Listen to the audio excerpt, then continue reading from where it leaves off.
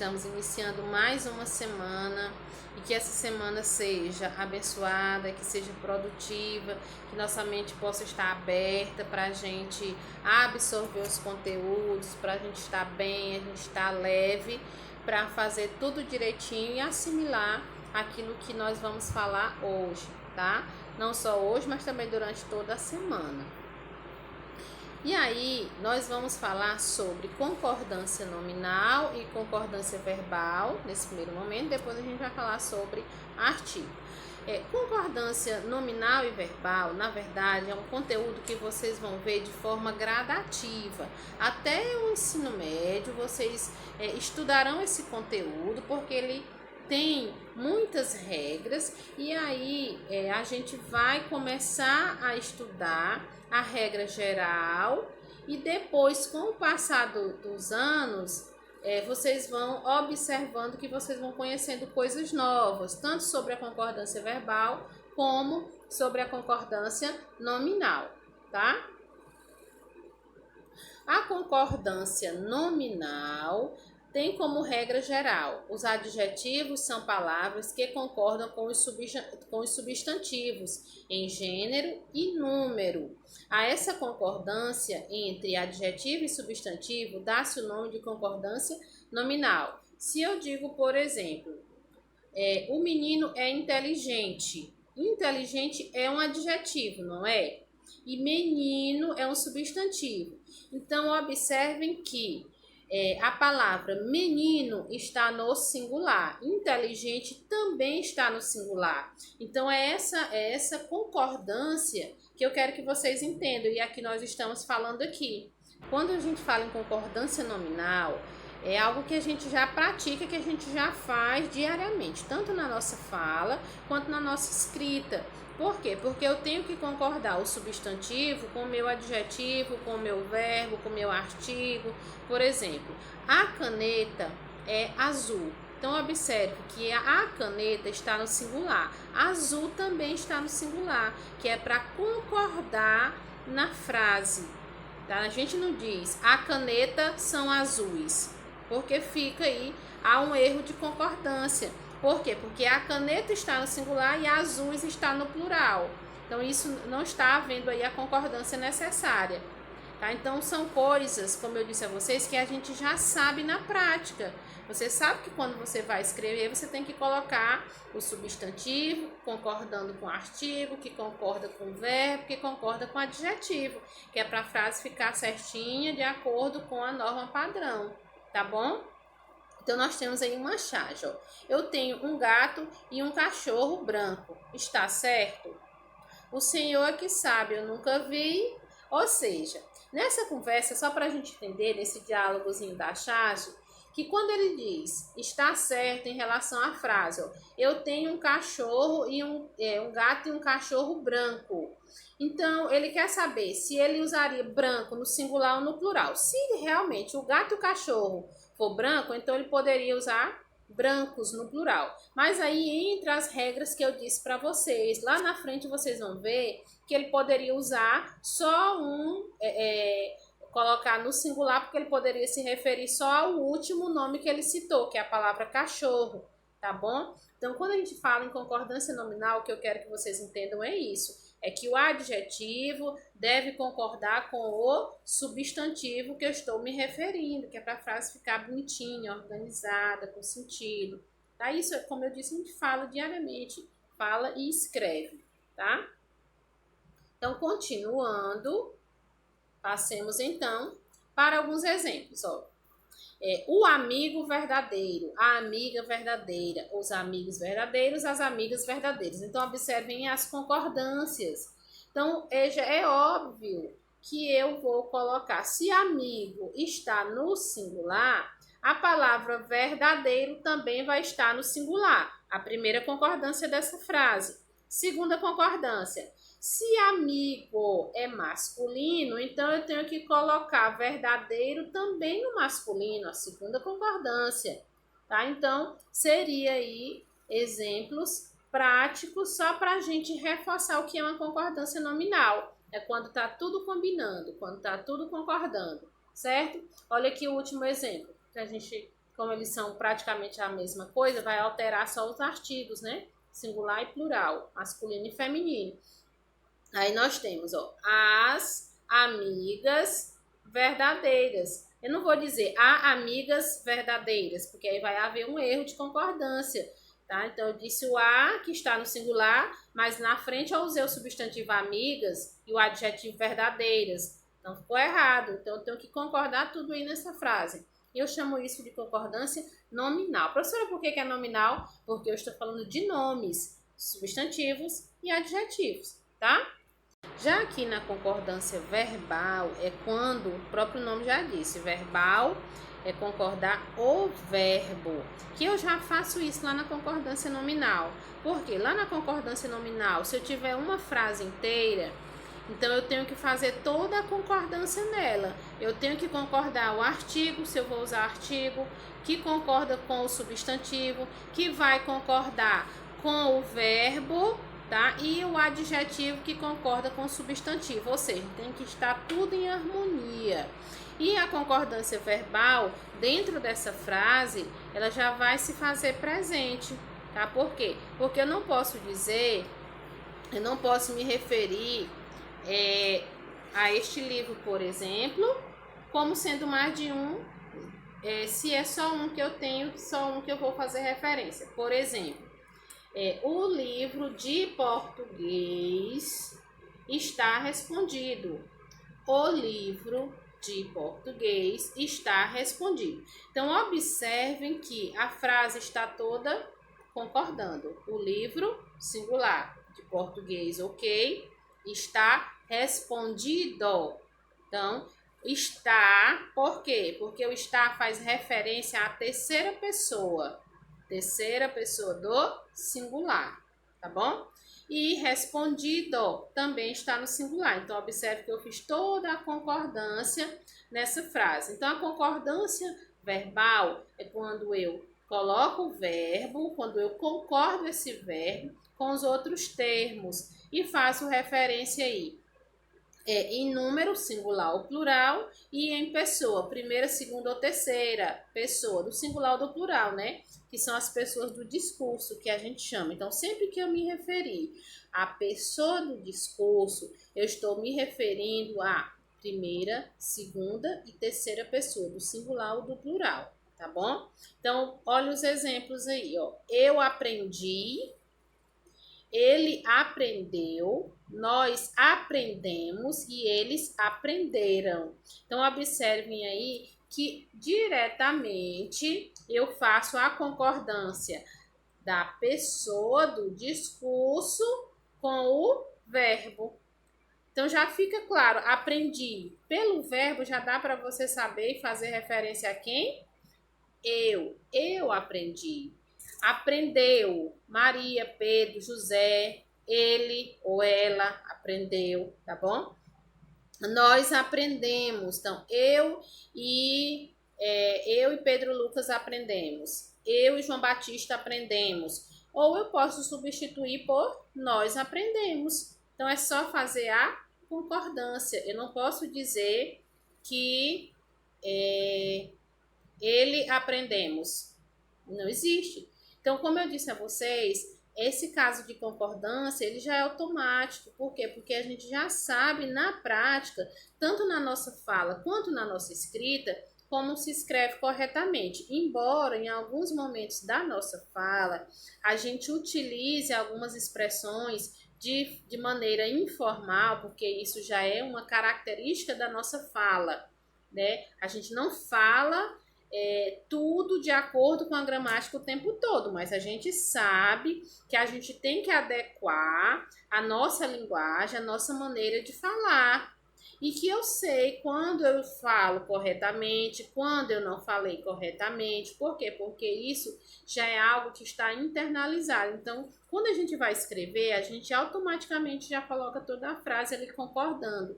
O substantivo que está concordando com o adjetivo e o artigo que também está concordando com esse substantivo, o verbo que concorda com o substantivo, enfim, porque a frase ela vai ficar toda organizada. Eu não posso colocar um termo no singular e o outro no plural, né? Sendo que vai ficar totalmente destoado, vai ficar sem sentido e vai ficar sem concordância, certo? Na nossa aula de hoje, nós também vamos falar um pouco sobre o capítulo 3 e falaremos sobre ortografia e sobre artigo. Então, abram aí também o livro de vocês no capítulo 3, lá na parte em que fala da ortografia, página 79, tá? Servimos sanduíche de mortadela, patê de berinjela, salada de jiló e chuchu, paçoca de farinha e javali assado. Não perca, os preços são uma pechincha. Quando você vai escrever alguma palavra, você fica em dúvida se é com G, se é com J, se é com S ou se é com Z. Então, isso é muito normal e muito natural. Então, qual é a primeira dica que eu dou? É você escrever a palavra, por exemplo, se for uma palavra com X e você está na dúvida se é com X ou se é com CH, faz assim, escreve a palavra com uma com CH e outra com X, que aí automaticamente vai vir à sua mente que aquela que você escreveu de repente com X, ela vai ficar totalmente estranha. Você vai lembrar que você nunca viu aquela palavra escrita com X. É uma dica muito importante e que dá super certo. Então você pratica. Na dúvida se é com G ou se é com J, você coloca com os dois. Aí você vai observar, você vai analisar no momento que você escreve que aquela que você escreveu ali que é errada, você vai conseguir identificar, porque o seu subconsciente vai lhe dizer, vai lhe mostrar que você nunca viu aquela palavra escrita daquele jeito, ela vai ficar estranha, tá? Então essa é uma das dicas para a gente identificar e ver se a ortografia está correta ou não. Mas nós temos as regras para isso também. O importante, então, não é só a gente fazer. Isso é só um teste que você pode fazer, mas que para ter uma segurança maior, é melhor você, obviamente, saber a regra. Então, a primeira seria aí, a letra S. Usa-se a letra S. Quando é que eu devo usar a letra S? Quando as palavras primitivas já vêm com a letra S. Por exemplo, análise, analisar, analisado. Então, a palavra primitiva, que é a primeira, ela tem S. Então, todas as outras que são derivadas dessa também serão com S. Nos finais dos títulos de nobreza, ex, exa, isa, nos adjetivos pátrios e nos adjetivos. Por exemplo, inglês, inglesa, duque, duquesa, que são títulos de nobreza. Então, você já pode... Uma das dicas para você gravar bem as regras é você se ater aos detalhes. Então, a gramática ela é cheia de regras. Então, eu sugiro que você possa se apegar aos pequenos detalhes e às pequenas informações. A primeira regra seria essa, de que se a palavra primitiva, a primeira com S, todas que vêm daquela palavra também com S. Palavras que indicam títulos de nobreza, duque, duquesa, baronesa, né? Então, esses títulos de nobreza também são com S. Outra, depois dos encontros vocálicos, ao, ai, oi, eu e por aí vai. Então, causa, maisena, coisa, cleusa. Então, paisagem, deusa. Então, é só na dica, por exemplo, na dica que eu dei para você lá atrás. Se você pegar a palavra coisa e colocar, meu Deus, coisa é com S ou é com Z? Caso essa dúvida surgisse, escreva das duas formas. Você vai observar que coisa com Z vai ficar muito estranho. Você vai lembrar rapidamente que você nunca viu essa palavra escrita dessa forma, tá? Então, depois vocês façam o teste na hora que vocês estiverem respondendo as atividades. Primeiro, tentem fazer seguindo a regra. Na dúvida, vai para essa parte de você analisar colocando as duas letrinhas. Automaticamente você vai saber, tá bom? Mas aprendam as regras. Nas formas do verbo pôr e seus derivados. Repor, compor, decompor. Pus, puseste, pusemos, puseram. Então, quis. Muita gente coloca quis com Z. Mas se você colocar quis com Z, A pronúncia não vai ser quis, vai ser quiz. Lembra quiz, com aquele jogo de perguntas e respostas? Então, aquele ali é com Z, mas esse quis, que é de querer, não, é com S, certo? Usa-se Z. E agora, quando é que eu uso Z? Aí segue aquela mesma regra. Se a palavra primitiva é com Z, todas as outras serão também com Z. Raiz, enraizar, juiz, juizado, juízo, ajuizar. Então segue a mesma regra, só que agora com a letra Z. Se a primitiva é com Z, todas que vêm da primitiva também serão com Z. Nos substantivos terminados em es ou esa, tá? Belo, beleza, real, realeza, aqueles que se formam a partir de adjetivos, certo, certeza, surdo, surdez, macio, maciez. Então, aqueles substantivos que são derivados de adjetivos, eles serão com Z, tá? Então, terminando aí com es ou com esa, sempre vai ser Z. Então, você fica atento e observa também. Tenta colocar aí certeza com S. Você vai ver que você nunca viu essa palavra certeza com S, porque isso já é algo que a gente vai internalizando a partir do momento que a gente passa pelo processo de alfabetização, que começa a ler, a escrever. No comecinho você vai trocando, mas conforme você vai, os anos vão se passando, você vai mudando de série, de ano, você vai aprendendo automaticamente a escrever as palavras corretamente.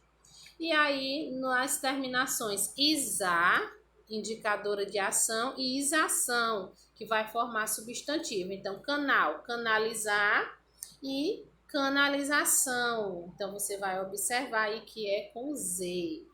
Tá? Então, aquilo que foge da regra do S, você já vai saber que é com Z. Tá bom? Então, fugiu da regra do S, automaticamente já vai ser a regra do Z. E G ou J? Você fica com dúvida quando você vai escrever se é com G ou se é com J?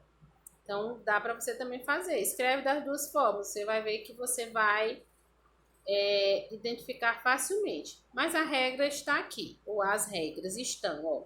Nas palavras de origem africanas ou indígenas, nós vamos usar a letra J, como por exemplo as palavras jacaré, beiju, beijo, canjica, genipapo, jerimum, jiboia. Então, são palavras escritas com J.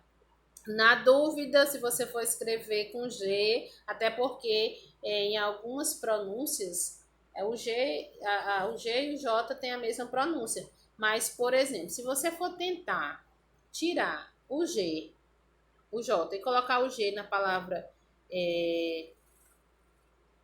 beiju, por exemplo, você vai colocar e vai ficar beigu. Por quê? Porque a pronúncia do GU aí nesse caso vai ser alterada. Então, você já vai observar que não vai funcionar. Outra seria aí você colocar lá na palavra acarajé. Quando você coloca a palavra acarajé, para você colocar um G, não ficaria... você automaticamente, não pela pronúncia, mas pela escrita, você ia observar que você nunca viu essa palavra, que você desconhece. Por quê? Porque o nosso subconsciente nos dá essa informação, a gente já conhece pela nossa prática de leitura, pela nossa prática de escrita, pelo nosso amadurecimento ao longo dos anos. Então, são palavras que a gente já tem o hábito de ver, de escrever e de falar, tá bom? Nas palavras que indicam ação terminadas em jar, já ou já, por exemplo, viajar, que indica uma ação e é verbo. Ah, professora, como é que eu sei que viagem é com G ou é com J? Viagem, substantivo é G, viajar, verbo é J, tá? Então, despejar, lisonjear, tudo isso é com J, tá? E principalmente quando você coloca o G e o A, porque o GA, a pronúncia vai diferir. Então, vai ficar arrangar? Não, então também é outra dica que você já vai ver de cara, que não vai ser com J, com G e sim com J, perdão.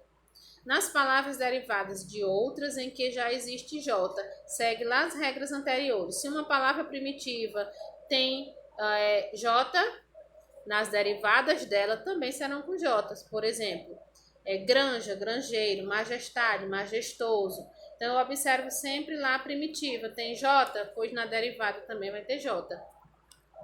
E usa-se letra G nas palavras terminadas em ágio, égio, ígio, ógio, úgio. Colégio, pedágio, refúgio, né, e por aí vai. Nas palavras terminadas em agem, igem e ugem, massagem, selvagem, ferrugem. E nas palavras derivadas de outras que também já tem G. Então, essa regra das palavras derivadas, ela é bem geral, né? Serve para todas. Se uma palavra que é escrita com G na primitiva, as demais que são formadas a partir dela também serão G, assim como eu falei, e que existe a regra em relação ao J, ao S e ao Z. Primitiva com S, derivadas daquela palavra também com S. Primitivas com Z, derivadas também com Z. Primitivas com J, derivadas também com J. E no G não poderia ser diferente. Funciona da mesma maneira, tá bom? E nós temos, para finalizar, nós vamos falar sobre artigo. Qual é a função de um artigo mesmo? Acompanhar, ou determinar ou indeterminar quem? O substantivo. Então, ele acompanha esse substantivo para determiná-lo ou indeterminá-lo. Aí nós temos os artigos o, a, os e as, uma, uns e umas, antecedem os substantivos, ou seja, eles vêm antes dos substantivos, concordando com eles em gênero e número. Lembra lá da concordância? Tá? Que a gente falou da concordância nominal, da concordância verbal, e que, na verdade, eles, dentro de um contexto, dentro de uma frase, isso tudo tem que estar em harmonia. Então, eu tenho que concordar desde o meu artigo até o meu adjetivo. Tudo na frase bonitinho ali, tá? Substantivo, o artigo concordando com o substantivo, que vai concordar com o verbo e que vai concordar com o adjetivo, tá? Podemos identificar algum desses artigos no fragmento a seguir, onde diz assim: quando iam para a cama, as portas do quarto eram trancadas à chave por fora. Pela manhã, porém, os seus sapatos apresentavam as solas gastas, como se tivessem dançado com eles toda a noite. Um dia, ao atravessar a floresta, encontrou uma velha que lhe perguntou aonde ia. Então, observe que todas as palavras que estão destacadas, elas são o quê? Artigos que estão acompanhando quem? Os substantivos, tá bom? E esses artigos podem ser definidos ou indefinidos. Os artigos definidos são o, a, os e as, que determinam, que definem os substantivos. Observem os exemplos. A velha aconselhou o moço, as princesas dançavam todas as noites. Quando eu uso esses artigos definidos, é como se eu já soubesse quem eu me refiro, a quem eu me refiro ou o que eu me refiro, tá bom? Quando a gente começa a ler um texto, imaginemos que nós comecemos a ler uma fábula. Aí na fábula diz assim: era uma vez um lindo ratinho. Então observe que esse um lindo ratinho, eu uso porque é a primeira vez que eu estou citando, tá? Então ele é, nesse momento, indefinido. Conforme a gente vai lendo o texto lá na frente, em seguida o ratinho, ele já deixa de ser indefinido e passa a ser o quê? Definido, porque eu já citei e eu estou fazendo referência agora a esse mesmo ratinho, tá? Então ele é definido porque ele vai deixar claro, ele vai definir de que ou de quem eu estou me referindo, tá bom? Os indefinidos, os artigos indefinidos são quais? Uma, uns e umas. E eles são indefinidos pelo mesmo motivo que eu acabei de dizer lá no exemplo de era uma vez um ratinho, que ele é incerto, é um ratinho, por enquanto, um ratinho desconhecido, é um ratinho qualquer, tá? Então, quando eu me refiro, quando eu deixo esse substantivo indefinido, utilizando um desses artigos, ele é automaticamente classificado como artigo indefinido. Ó. Apresentou-se logo o filho de um rei. Tá? Então, esse um rei aí não está determinando quem é, qual é o rei, é um rei. Aí, quando eu digo, como eu digo para vocês, como eu já disse, quando a gente está lendo um texto, a gente inicia, sempre ele vai fazer essa referência. A primeira vez que ele citar um nome, ele vai citar de uma forma indefinida. Aí, depois, com o passar da leitura, ele já vai utilizando artigos definidos. Era uma vez um lenhador que, ao andar pela floresta, encontrou com uma linda raposa. O lenhador resolveu levá-la para casa. Então, o lenhador, nessa segunda frase, ele já deixou de ser indefinido, mas no primeiro momento ele era sim indefinido, tá bom? Aí uma coisa que eu quero que vocês prestem bastante atenção é em relação ao uso desses artigos, para vocês sempre fazerem a concordância com o substantivo, tá bom? E observem aqui, ó, erro de português, observem esse texto. Nós temos aí, quando o português chegou debaixo de uma bruta chuva, vestiu o índio. Que pena! Fosse uma manhã de sol, o índio teria despido o português. Então, observem aí que nós temos o artigo o, ele já definiu aí, ó, o português é um exemplo aí de um artigo definido. E no artigo indefinido, nós temos aí o texto Cidadezinha Qualquer, de Carlos Drummond de Andrade. Casas entre bananeiras, mulheres entre laranjeiras, pomar, amor, cantar. Um homem vai devagar, um cachorro vai devagar, um burro vai devagar. Devagar as janelas olham. Eita vida besta, meu Deus. Então, Carlos Drummond de Andrade. Então, observem aí que ele deixa homem, cachorro e burro como sujeitos aí indefinidos. Por quê? Porque foi utilizado aí os artigos indefinidos, tá bom? Então, artigo indefinido é porque ele não deixa claro, ele não especifica. Pronto, a palavra certa é essa. Ele não especifica aquilo ou o que você está falando, de quem você está falando, tá bom? Em um primeiro momento. Quando você usa, por exemplo, assim, o menino saiu, então o menino quando eu uso essa expressão, eu já sei que é algo, que é alguém definida. O menino, eu já sei de quem eu estou fazendo referência ou a quem eu estou fazendo referência. Agora, se eu digo um menino saiu, então eu não sei, pode ter sido qualquer menino, por isso que é indefinido, é incerto, certo? Vamos lá. Uma dica, uma observação, na verdade. Fiquem atentos. Artigo numeral. A gente sabe que um e uma são o quê? Artigos, mas a gente também tem um e uma numeral cardinal. Como é que eu vou saber lá na frase se é artigo ou se é numeral? É bem fácil, é só você analisar o seguinte, ó. Observem a frase. Um menino bonito passou agora. Só um menino conseguiu andar de skate. Então, toda vez que eu indicar a quantidade, vai ser numeral. Professora, mas às vezes eu não consigo. Parece que fica assim, não fica claro se está indicando quantidade ou não. Então, a dica é esta aqui, ó.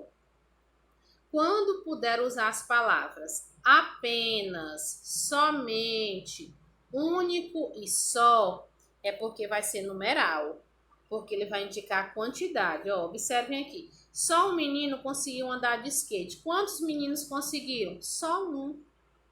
Quantos meninos conseguiram?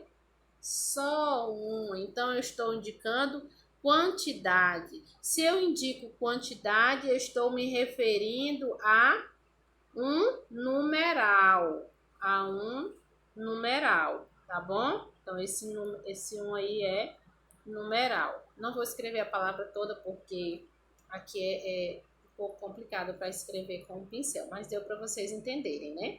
Então, quando eu puder usar as expressões só, apenas, somente, tá? Único. Então, dá para você aí fazer relação com quantidade, ó. Um menino bonito passou agora. Quando eu digo um, eu estou deixando aí um menino indeterminado, um menino qualquer, não estou especificando. Então, estejam atentos para essas expressões. Apenas, somente, único e só. Essas palavrinhas vão lhe dar o indício de que vai ser numeral, tá bom? E agora, vamos anotar na nossa agenda as atividades que vocês deverão fazer. Então, eu coloquei páginas 45 a 50, 79 a 84 do livro ético, tá bom? E tanto essas atividades e as outras que passarei durante a semana, vocês deverão me entregar numa única data, que é esta aqui, ó, dia 12/6, sexta-feira. Tá bom? E professor, e o horário? Geralmente as atividades de vocês são as primeiras que eu recebo, então eu costumo marcar para as 10 horas. Então, no dia 12, sexta-feira, vocês deverão mandar essas atividades juntamente com as outras que nós vamos fazer e que eu vou passar durante a semana, tá bom? Então, eu repito o que eu digo sempre na nossa aula online e aqui nas nossas videoaulas, que você não deve deixar as atividades de hoje acumular. Ah, professora, a atividade de hoje está para entregar na sexta-feira, tem muito tempo. Pois é, mas você tem a atividade de hoje, que é a minha, certamente terá de outras disciplinas, hoje, segunda-feira, amanhã, terça e aí por diante. Na quarta-feira nós teremos aula de novo, certamente teremos mais atividades, e aí você... Não é interessante que você fique acumulando, tá? Até para você não fazer com pressa e para você ter tempo, na verdade, para você revisar de novo o conteúdo, você voltar a assistir a videoaula, caso você tenha dúvida, você tentar responder mesmo direitinho as suas atividades. E também para não lhe acumular, não acumular de tarefas. Então, faça as atividades de hoje, ainda hoje, tá bom? E até mais, nos veremos na nossa aula online. Beijos, tchau!